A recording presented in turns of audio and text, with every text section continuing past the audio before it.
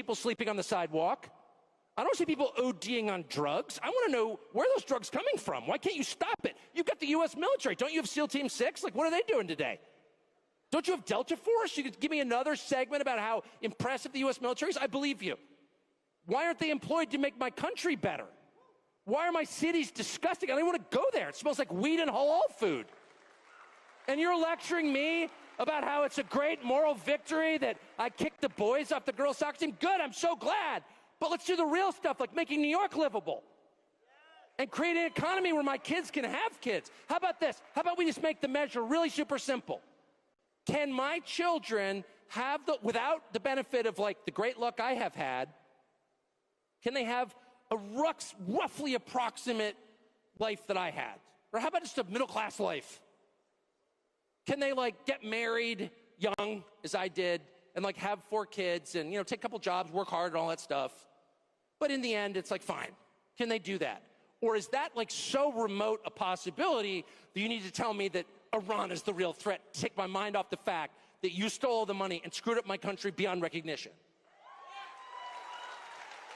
So I guess what I would say before I have an actual aneurysm is, unless we say to the people in charge, we are going to determine what's important, you need to listen to us, your voters, about what we actually care about. I'll take a lecture for about 10 minutes. I can do that. I went to school. I'm used to sitting there and being like, oh, yeah, okay, the Axis powers, that's so important. Thank you for telling me. I can take a lecture for about 10 minutes, and they're like telling me Iran is the greatest sponsor of terrorism. Okay, that's great. I hate Iran. Got it. But at some point, I want to pipe up and say, yeah, but what are you going to do about Union Station in Washington, D.C., which is filled with passed-out drug addicts with spreading urine stains? Like, it wasn't that way. I was here. How did that happen, and why aren't you fixing it? And by the way, if you don't fix it or even acknowledge it, dude, bad things could happen. Like, wake up. Time is to wake up out of your freaking fantasy world where you think telling the rest of us to shut up is enough. If you keep doing that, this could go in dark directions. So I think it's so important for every person to look around and make your own decisions about what's important. What's important to you? What around you in your life? What do you see in your family, among your friends, in the town that you live in that's going wrong?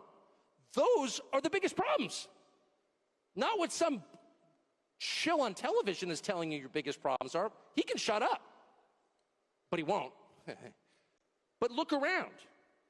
What's the biggest problem in your life?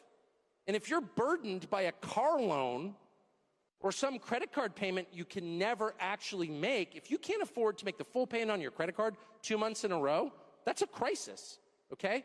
That's a crisis. If you're in the hole to DraftKings to a point where you can't pay, I'm serious. These are huge problems, and most of them are money related. And if they're not solved, you're not getting married, and you're not having children,